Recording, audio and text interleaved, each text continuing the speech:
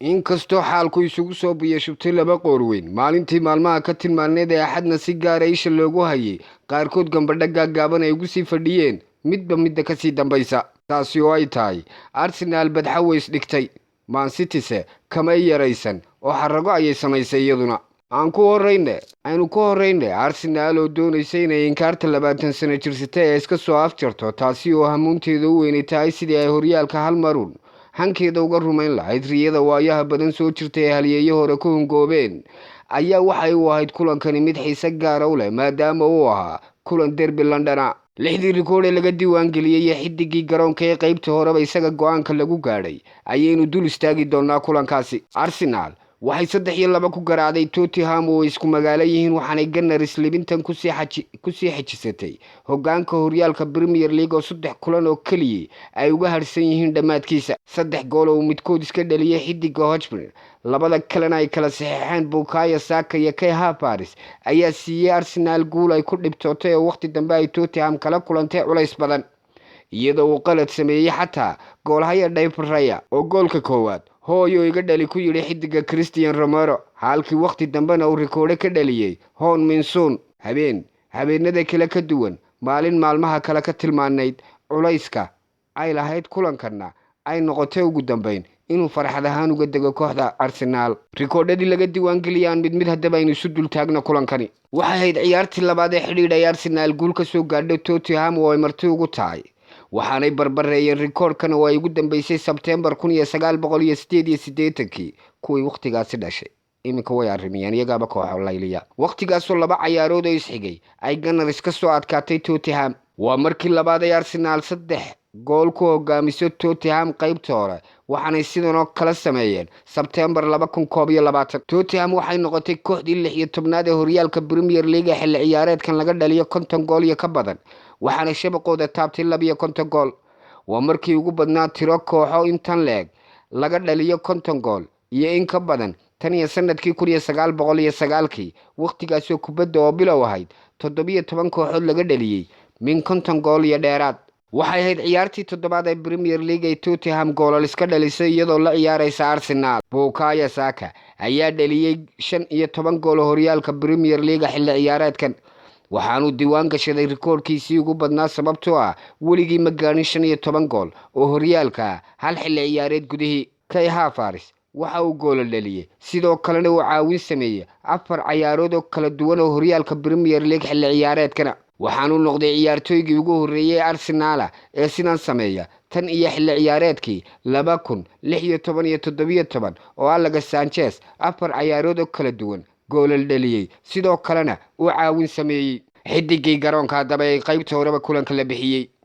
Kai Havertz ayaa noqday xidigii ugu fiicnaa garoonka sababtoo ah waxa uu dhaliyay gool mid kalena caawiye ayuu ka noqday, isagoona ciyaarta oo dhanna ahaa khatar wajahaysay Tottenham.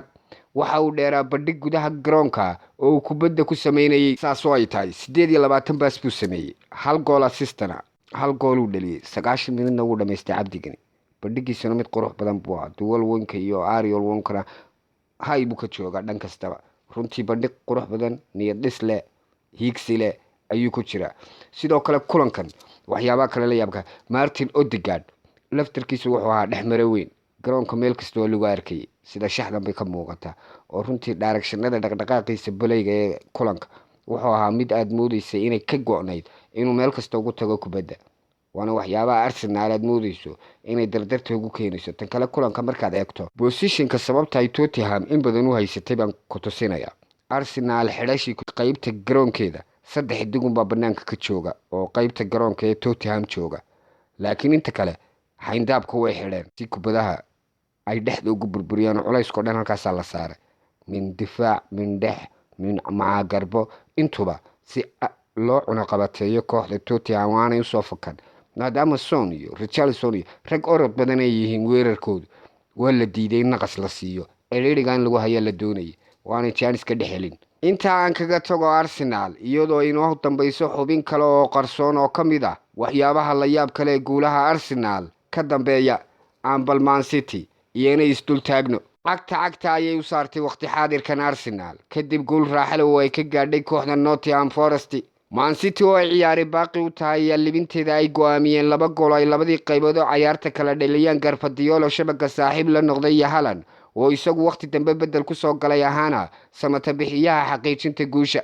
Pep Guardiola oo natiijada ciyaarta Arsenal iyo Tottenham ayaa xoogan ku soo galay kulankan si aanay dhibco u lumin maadaama barbaraha guuldarra ay galaan ay horyaalka si buuxda gacanta ugu galinayso madaafiicda. Isagoo taasi ka cararaya bilowga ciyaarta waxay dardar badan samaysay kooxda garoonkeeda joogtay Nottingham Forest oo ka hordeysay inay gasho khadka cas oo ay hadda hal buundo ka sarreyso waxay ka faa'iideysan waayeen fursadahooda. waxyaabo la yaab leh ayaa xataa ka dhacay goolal hooy oo dhaliya ayay xidigaan Nottingham dhalin waayeen.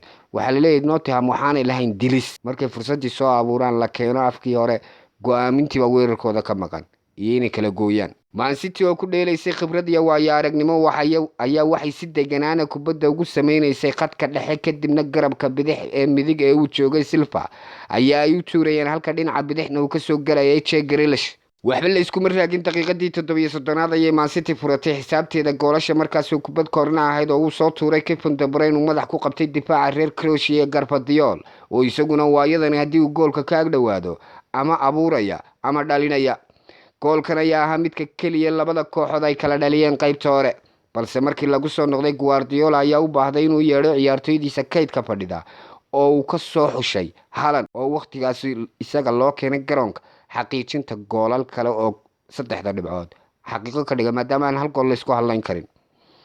weeraryahanka reer Norway ayaa daqiiqadii 17aad waxa uu xirada ganaaxa la galay kubaddu soo tuuray Kevin De Bruyne ku darso waqtigu soo galay iyaduna waxay ahayd 62 aga dahab la abuuray fursad waxaanu awood ku sii maqooniyay hal difaac ka hor intii aanu shabaqa ku hubsan kubadda. natiijadan waxay ka dhigan tahay inay hal dhibic ay ka dambayso kooxda Arsenal taasoo hoggaanka haysa halka Liverpool ay isku dhiibtay kaalinta saddexaad oo ay ku haysato 74 dhibcood. iyagu way leembaxeen oo hadal ma leh nimanka xagga sare jooga baynu ka hadli karnaa 80 dhibcood iyo 79 dhibcood baa la kala haystaa kowdhe marka la kala tag orodse maaha madfaca iyo Citizens-ka ayayna u dhaxaysaa. Citizens-ku waxay leeyihiin iyagu waanu garanaynaa maxay April iyo gabagabada kulankan markaan isdul taagno 14 shoot bay isku dayday Nottingham 2 ayay ku aadisay halka City 11 kaliya toogtay halka lagaga badnaa 5 ay ku aadisay laakiin ku aadinta ayay shanahayd City. positionka 3 bay Nottingham kaansatay 67 Man City 345 baas bay sameeyeen kooxda Nottingham 281 way dhamaystireen 725 baas ayay City sameysay 659 way dhamaystireen. halka markay wax marayaan ninka Kevin De Bruyne la yiraahdo kulanka 740 baas buu sameeyay 8 kaliya ayaa khaldamay dhan kastaba kubadda waa u dhigay garoonka. waxaad dareemi kartaa City inay iimaan la'aan qabtay shaqo adagna uu qabtay Kevin De Bruyne laftarkiisa. Haaland 2 toogasho ayuu sameeyay oo 2 shuuda hal goolba ku keenay runtiisna waxaad moodaa wax badan inay iska bedeleen maalmaha qaar toogashooyinkaba inaanu samayn jirin.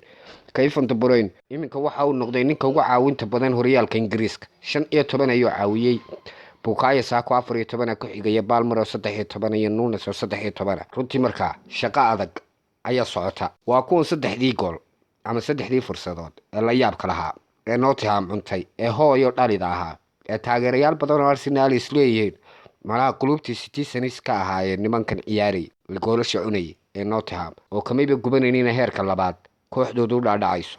Pep Guardiola kulankii 300aad ayuu hogaamiyay kooxda City 221 goolood 41 barbara 38 laga badiyay iyo 5 horyaal.